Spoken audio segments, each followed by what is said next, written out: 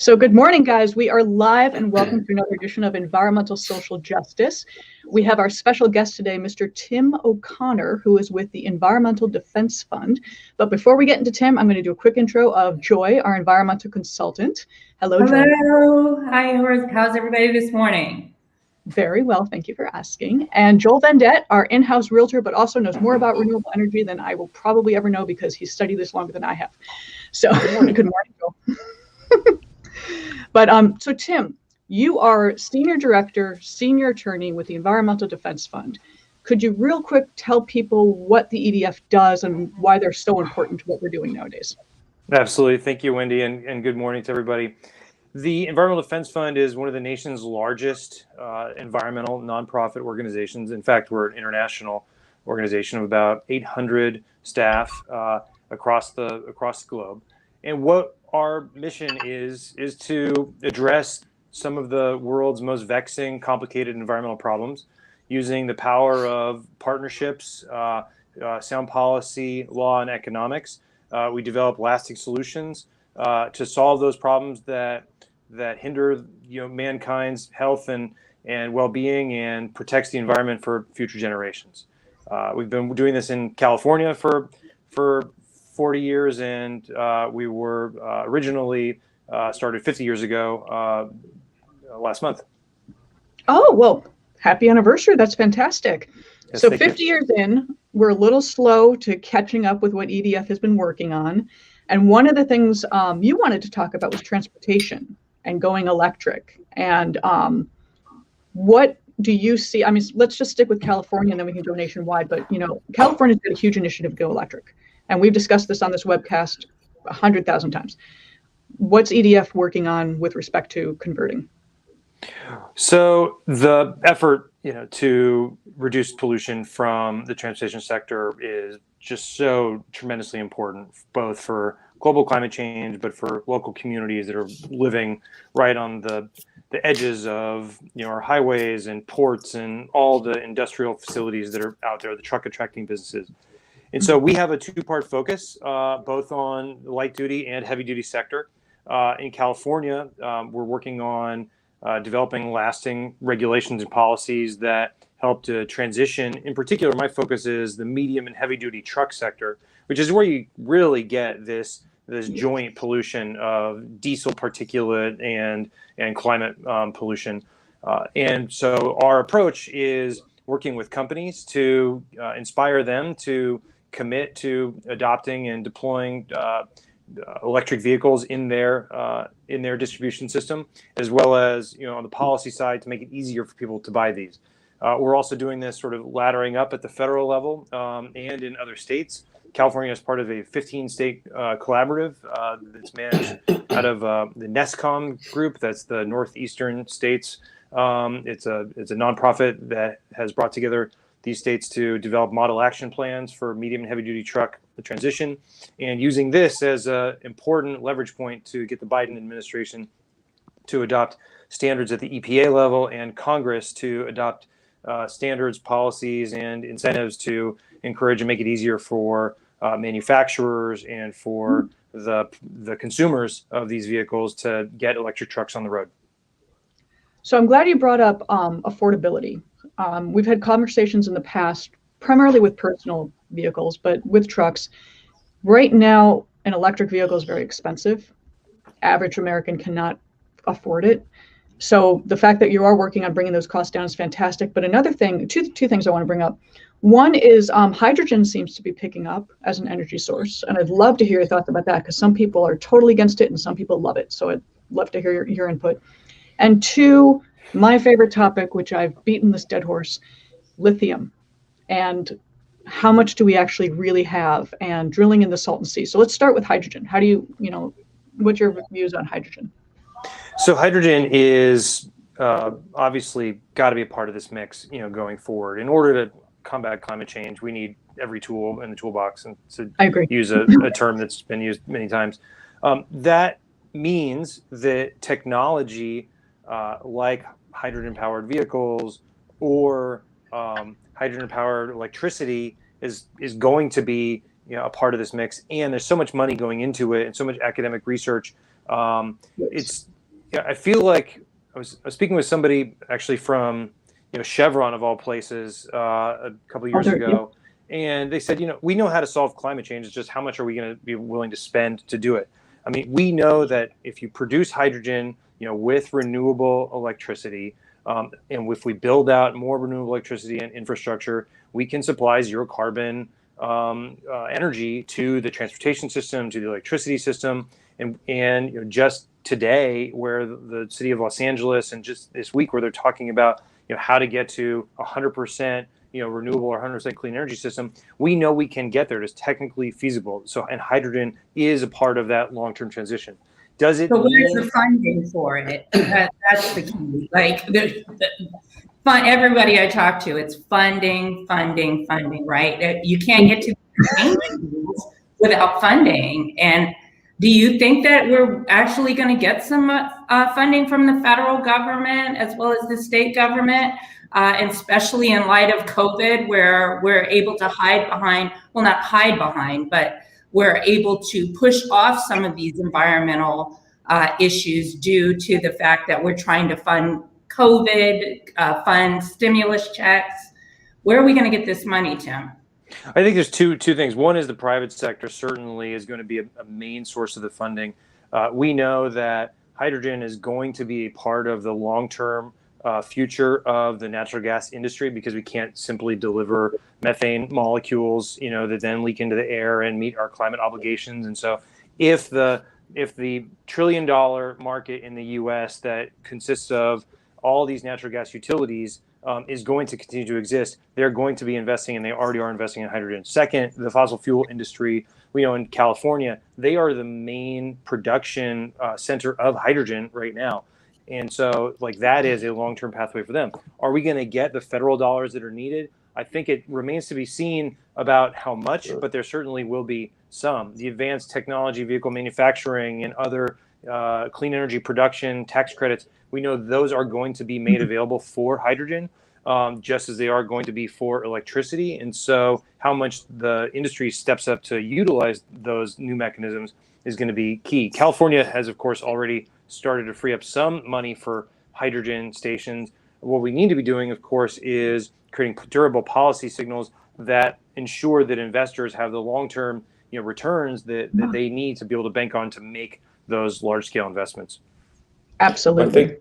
I think the thing that's interesting is that it's been, over the past few years, it was actually fascinating to me to watch the automotive industry take the initiative over the federal government. I thought that, and to see all these manufacturers, whether it's Volkswagen or Audi, now announced that they're all going electric within the next 5 to 10 years. That's the plan. Mm-hmm. So I think, and now there's talk of this, $3 trillion, infrastructure deal. So obviously it's going to get political. There's no way around it, because everything in America gets political. But to see how much money can actually be brought into this, because it's it's great to do all these things, but you've got to, like you were addressing I think a little bit before, you have to look at the communities that never get funding, and how is it going to get to them, and that's where I'm nervous we're going to start seeing the great inequities continue. And it's if the government doesn't really step in to monitor how this goes, we're not ever going to get on an even playing field, and we're so far behind it anyway. But that's the part which I get to. Yeah, and Joel, I mean, we can already see, even some of California's well-designed programs, like our HVIP program, the hybrid and zero-emission vehicle voucher incentive program. We're trying to get trucks off the road by giving them, vouchers and buying down the purchase price. The main participants are the big companies that have the wherewithal and the ability to put together applications and to get, zero-emission vehicles on the road. What we need are the small, operators that locate sort of at the port, that have the oldest trucks, and they're the ones that are polluting the most. And we haven't been able to crack that nut. And so we're actually sponsoring a bill right now with Senator Connie Leyva to relook at how California is, putting together all these funding streams to get money out the door to support, this transition, because it's really unfortunate.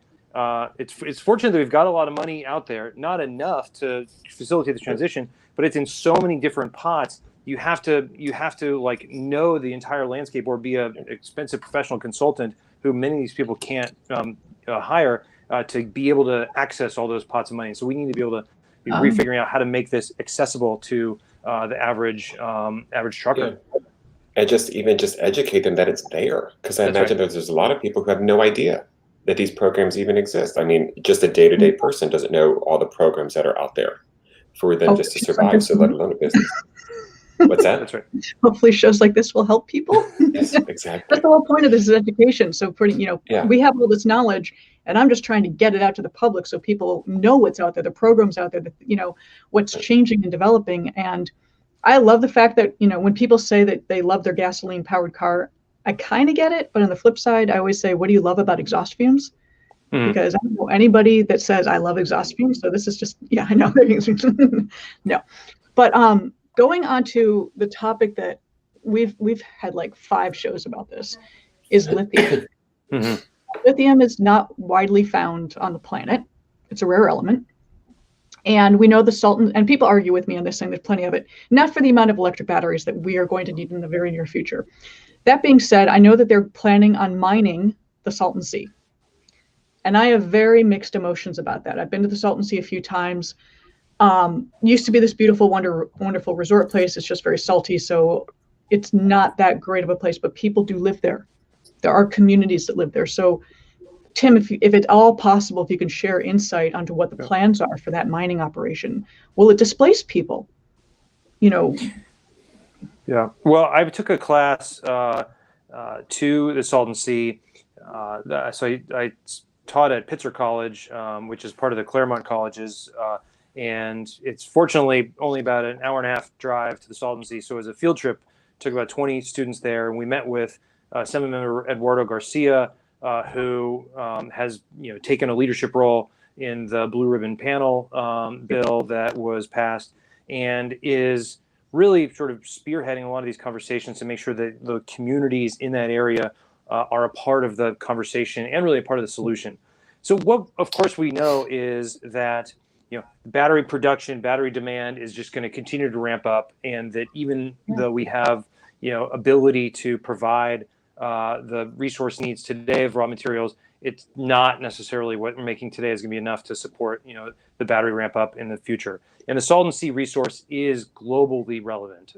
It is of size and significance, both in terms of ability to extract material, but the value of those materials is of the type that it is hard. We would be hard pressed to ignore it from an economic development standpoint, especially as it relates to the communities in this area that are some of the most economically depressed, in California and really in the United States. That being said, the way that the Salton Sea mining or extraction process would go is different in many ways than in other places across the globe, where in other places, whether there is extraction of water that then goes into open evaporation lagoons, this is paired with renewable energy development and reinjection of water into the subsurface and extraction of lithium at that point of utilization. So this is one of those places where you could envision a sustainable production system that doesn't have negative impacts on the environment, but also does create a revenue stream that provides more money to the community and to environmental restorative efforts. Now, that being said, the resource curse, whenever communities across time have found money involved in extracting resources, they tend to end up worse at the back end than they were at the front end. That is just a fact of history, and that cannot repeat itself because these communities are starting from a significant disadvantage.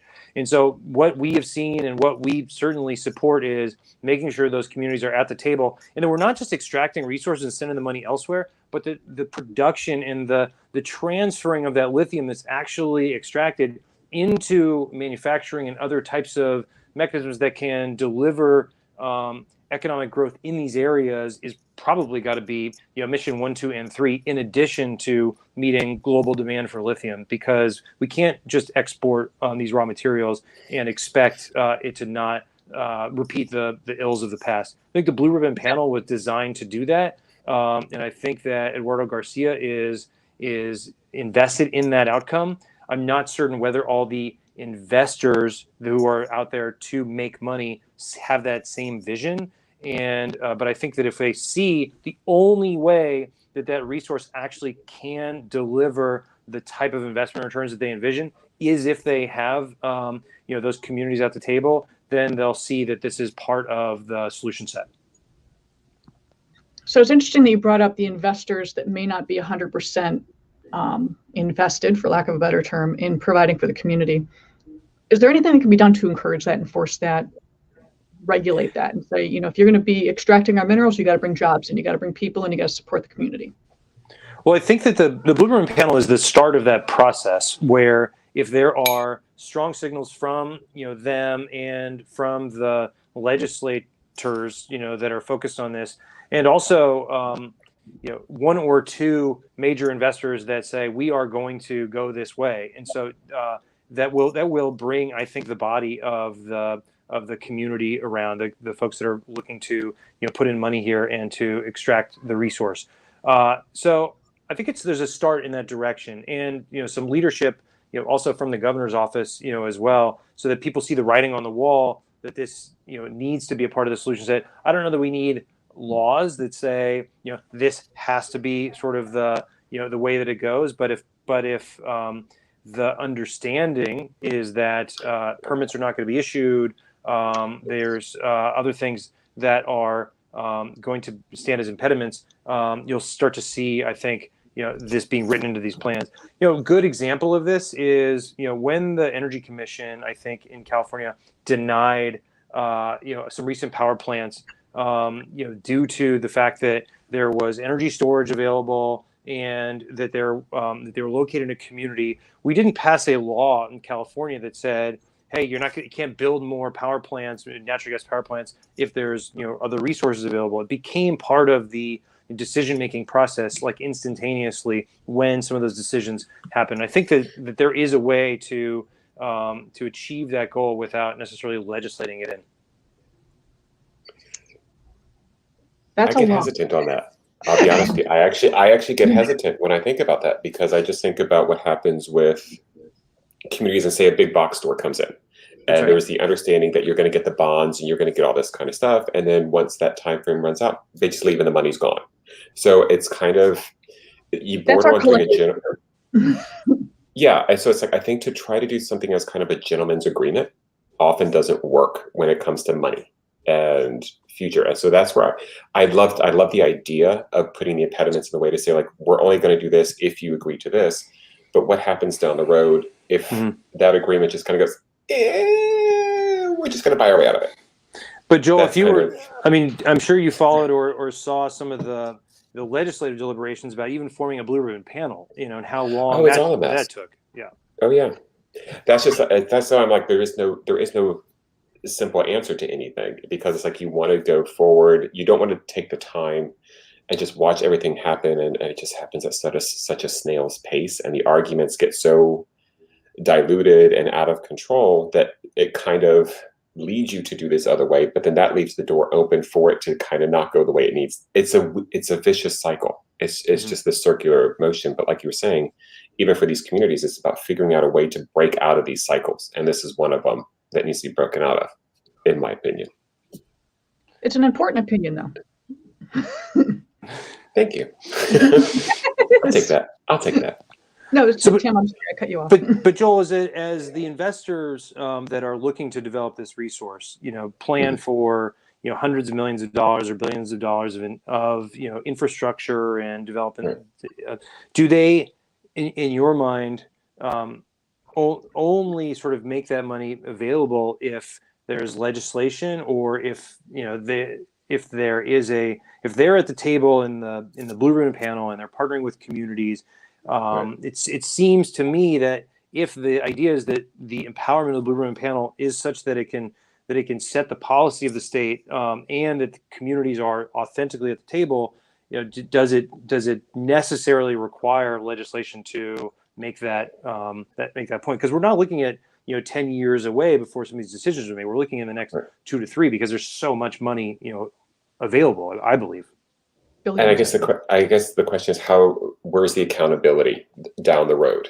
And I think that honestly is what it boils down to, is how do you hold the companies accountable to just say, like, look, you came to the table, this was the agreement, we got to stick to it. That's the blue ribbon panel, though, isn't it? Isn't that the purpose of the blue ribbon panel, to make sure that people remain accountable?